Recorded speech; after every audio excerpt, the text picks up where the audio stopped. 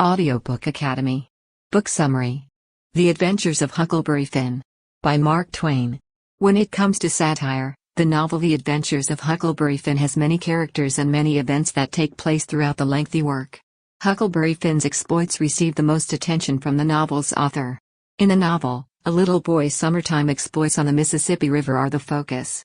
Twain is simultaneously illustrating Huckleberry Finn's complicated connection with his father.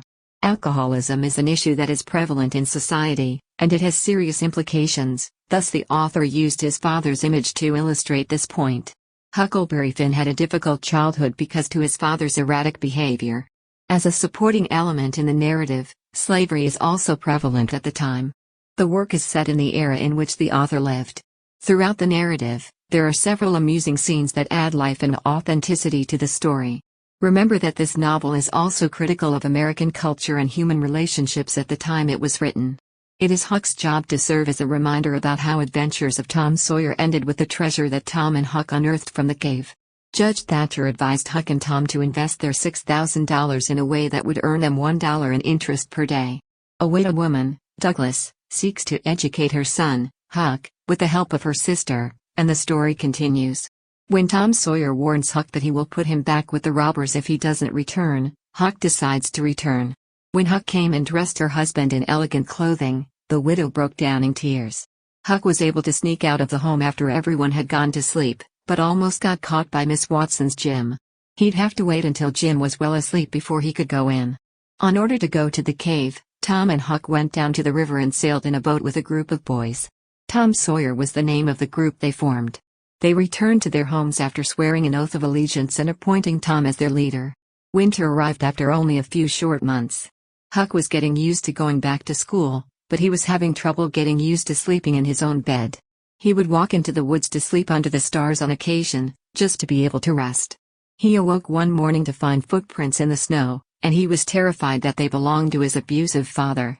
"That's not what I'm asking for. I don't care about interest, and I don't even care about the $6,000. Despite the judge's confusion, he noted that he had repurchased $6,000 for $1. After visiting Jim, Huck hoped to learn whether or not his father was near, but the actual prophet couldn't give him an answer. His father was waiting for him when he returned to his room later that night. When he learned to write and read, his father was enraged. He also banned him from returning to school. When he learned that Huck had amassed a sizable fortune, he made his way to town and petitioned Judge Thatcher for the funds. The judge refused, and so did the widow, and the judge asked that Huck and his father be separated.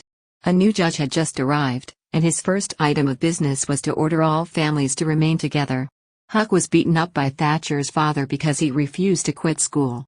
When he was a kid, his father brought him fishing on the Mississippi River's other bank for roughly 2 months. Father became intoxicated one night and pursued Huck around the cottage while brandishing knife in his hand. Because of his father's abuse, Huck decided to flee away. Raft, he built one and put all of his belongings on it.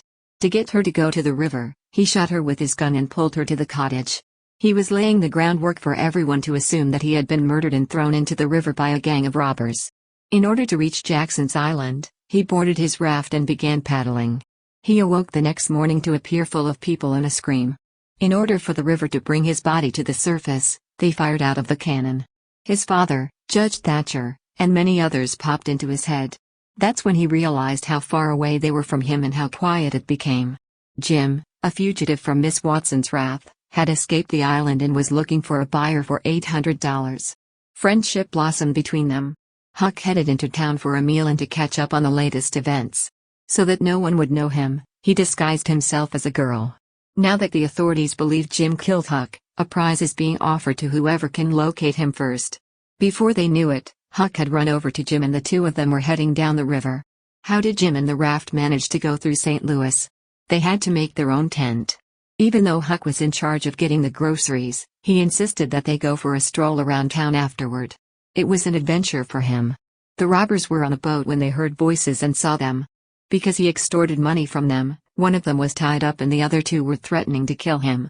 It was decided that they would leave the bound one on the debris, but Huck remembered to untie the boat and avert a death. Huck and Jim's raft became untethered in the interim, and they were unable to save it. The only way they could survive was if they could get their hands on the robbers' boat. After the thieves returned to the boat and learned they had not robbed the other robber who had been left to die, they decided to return to the deck and get lucky. After stealing their boat, Hutch and Jim rushed away. They found their own raft by accident. Huck feared for the robbers' lives after the storm started because he thought they should be brought to justice and not die in the storm. They discovered a submerged wreckage and concluded that no one had survived. Rugs, hats, and books were among the items stolen. Smoking cigars, Jim and Huck discussed their plans to sell the raft in a little town called Cairo and continue on to the states that had abolished slavery. Huck pondered bringing Jim back to his masters while he listened to him talk about liberty, but then changed his mind. They came upon a group of slave-hunting boats one night. They wanted to inspect the boat, but Jim was able to get out of the way. In order to get the hunters to go, Huck informed them that his ill father was in the tent and they offered him $20. Due to an accident, they were unable to reach Cairo, so they continued their journey down the Mississippi River.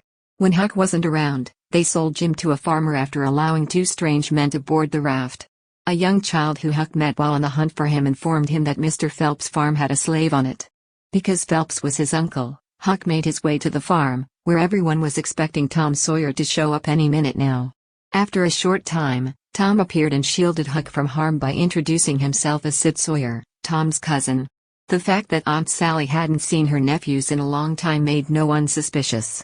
Because a black man bearing food and watermelons showed up to the cottage, Tom and Huck deduced that Jim was there. Dogs don't eat watermelons, therefore they knew Jim was there. They pretended they didn't know each other and continued to pay Jim visits as if they were strangers. They were scrambling to devise a plan to liberate him.